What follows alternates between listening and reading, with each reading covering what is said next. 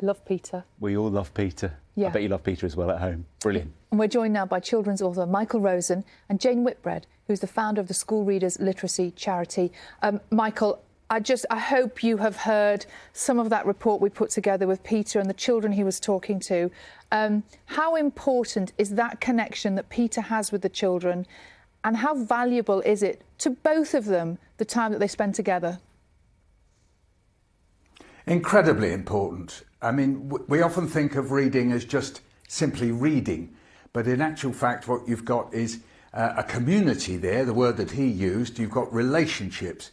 You know, if you think at home, if you're enjoying reading with mum, dad, granny, or whoever, that's a community. And then you've got a community with Mr. Davies and the children. So reading is more than reading. It's about how we establish and have relationships with each other. And that's why books come to feel that they belong to us as a group, or as a even wider group, as Mr. Davies has just shown.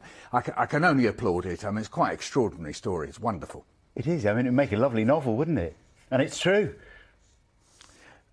Well, there's also that story of the buttercups. I was just scribbling away in my mind, thinking what a wonderful, incredible story as he's spinning through the air and he sees the buttercups. He's got a wonderful way of telling stories. I hope he shares those with the children as well. Yeah.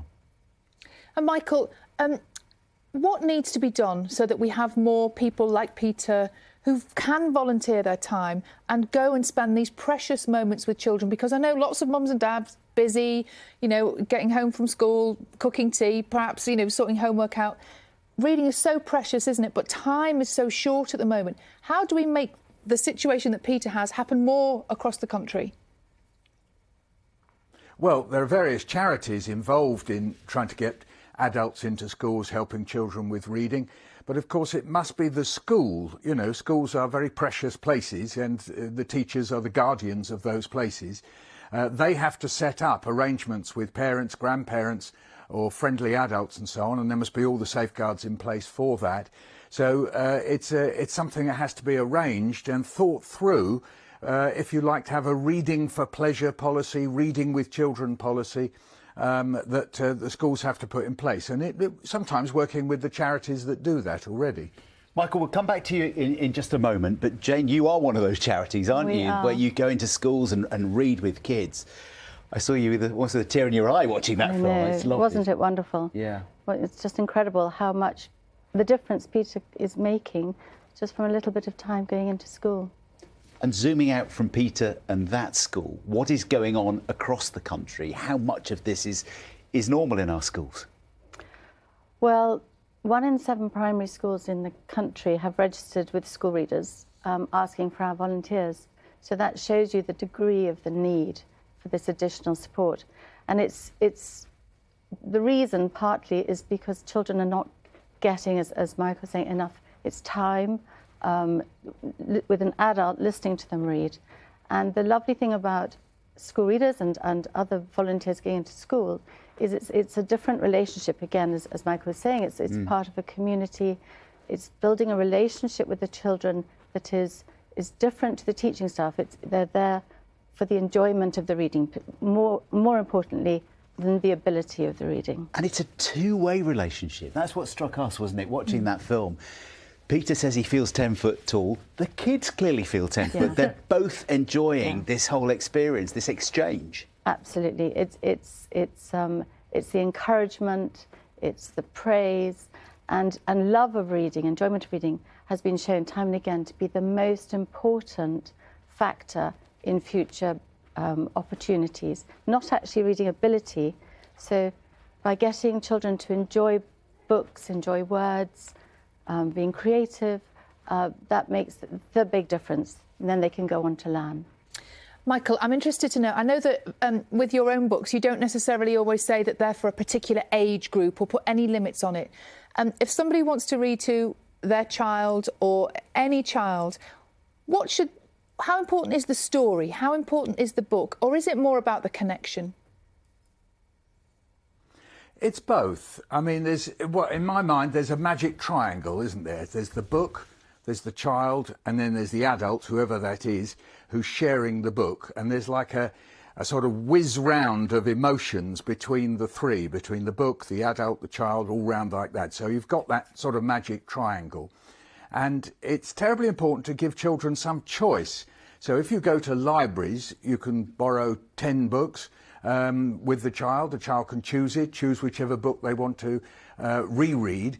And never think of reading as a level, that somehow or other you've got to read a book for the level of that child as you imagine it. There's no harm for a child to reread old books that they had when they were younger, to go over, you know, what we might call baby books or something. And never also be frightened of picture books with older children, because quite often picture books have a sort of different way of talking. They're quite often picture books that are full of challenging and interesting ideas that we sometimes overlook. When we see a picture book, we think, oh, you're too old for a picture book. No, never think like that. Think of the magic triangle. Think of the emotions going on between you. The Magic Triangle, that sounds like another book that Peter's talking about. But maybe think, I don't know enough about literacy. I don't know enough about teaching. I feel a bit nervous about this. What would your message to them be? Well, the clear thing is you must take guidance from the teachers, because you're in their patch. You're on their patch in the school. If the teachers would like you to hear the child read, then go with that. I would add in, you've always got time to have a little chat about the book. So as the child reads, and then you have a little chat about what do you think of the book, and if a little story comes into your mind in connection with that book, let's say it's the Gruffalo, and then you could say, oh, well, I remember a story when I was a child about a little boy on the road and he met this monster. You can make it up if you like. So you add to the story, you give it some texture all around it. That's, again, part of that magic triangle. You make it full of feeling and emotion. They look at you, the child will look at you and go, is that true? I mean, you take that Buttercup story that Mr. Davies told, you could be reading a story. If somebody like Mr. Davies says, you know, I once crashed my plane, and as I was spinning through the air, I thought of buttercups. A kiddie will leap on that and go, what, buttercups? Weren't you worried that you were going to get hurt? No. Magic moment there that you're sharing with the child, and then that feeds into the moment of reading the book. Oh, Michael, it is so great to talk to you this morning. Thank you very much indeed for coming on BBC Breakfast, and we look forward to seeing that Buttercup story sometime soon. Absolutely. Before we let you go... Oh, I'm not going to steal it. Mr. Davies should do that. Oh, I see. Make a little picture book. Oh, yeah. You could be his ghostwriter, Michael, maybe. Oh, right, OK. Yeah, I feel like a ghost anyway, but that's another story. Well, you look really well for a ghost. That's all I'm saying. You look really well. And Yeah. Jane, very quickly, if there are Thank people you. watching this morning who would like to volunteer or want to find out more, what would you say to them? I would say, well, you're welcome to go onto our website, schoolreaders.org, and we can match you. We match to the right school for the volunteer, and we take all sorts of, whether it's for particularly for children who are most disadvantaged and most behind, we prioritise them. OK.